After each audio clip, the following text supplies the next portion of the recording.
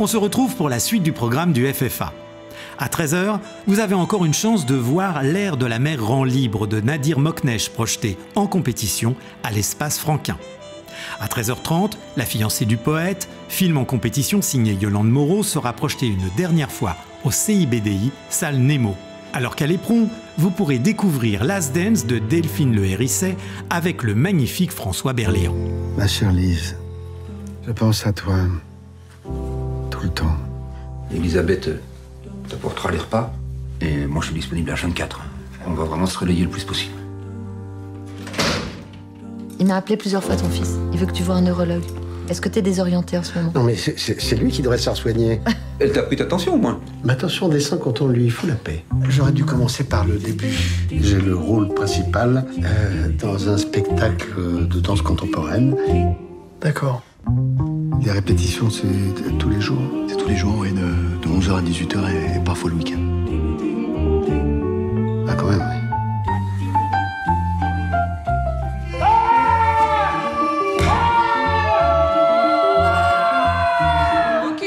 C'est pas de la danse que vous faites là, si? Moi, je suis sûr que vous pouvez y arriver. Il est vraiment unique, ce type. Unique, c'est pas forcément une qualité. Très, très bien. Papa, tu décroches, s'il te plaît. Oh, quoi encore? Non, je mets pas ça, moi. J'ai mes limites, moi. Et puis quoi encore? Germain, les échauffements, uniquement avec Samir. Papy? Je savais pas que tu devais passer. Ta présence, Lise, je la sens quand je danse. Ton sourire me manque. Je t'aime pour toujours. À 14h, c'est Rosalie qui fera une dernière danse sur l'écran du Nil.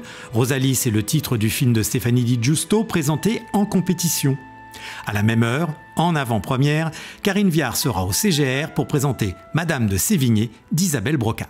Alors, c'est l'histoire d'une femme, Marie de Sévigné, qui vit au XVIIe siècle, qui est veuve, ce qui lui donne un statut assez exceptionnel en termes d'indépendance pour l'époque. Et qui a une fille particulièrement jolie et brillante, et qu'elle aime énormément, et elle aimerait que cette fille ait un destin singulier, en tout cas qu'elle soit, comme elle, au moins indépendante.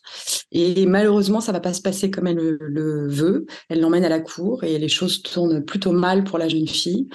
Et du coup, en fait, plus elle va essayer de rattraper ça et de donner à sa fille ce statut, et plus elle va l'enfermer dans une relation mère-fille très aliénante, aujourd'hui on dirait toxique.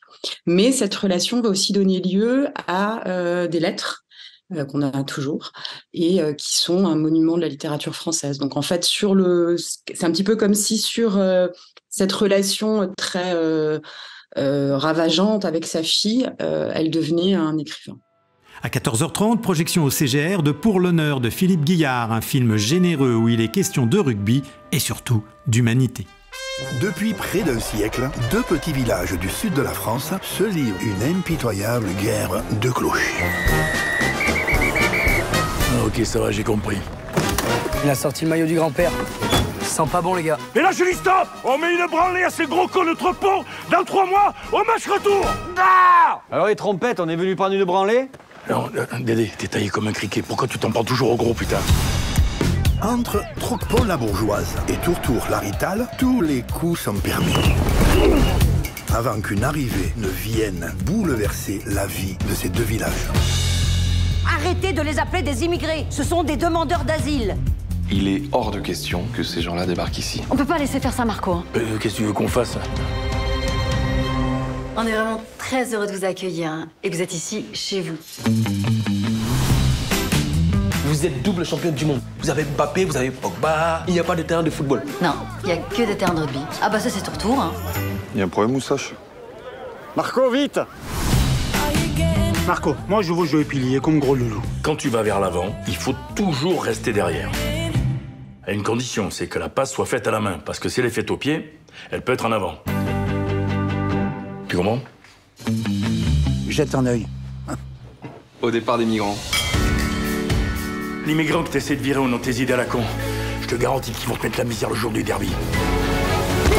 Il faudra y aller au Massif dimanche soir. On sait même pas s'il est courageux. Vous voyez, le petit, il a été emprisonné et torturé pendant 2 ans. Ça dit fou, l'a sauvé. Et comme le petit, il avait pas de famille, il en a fait son petit frère. C'est ça que j'appelle le courage, moi.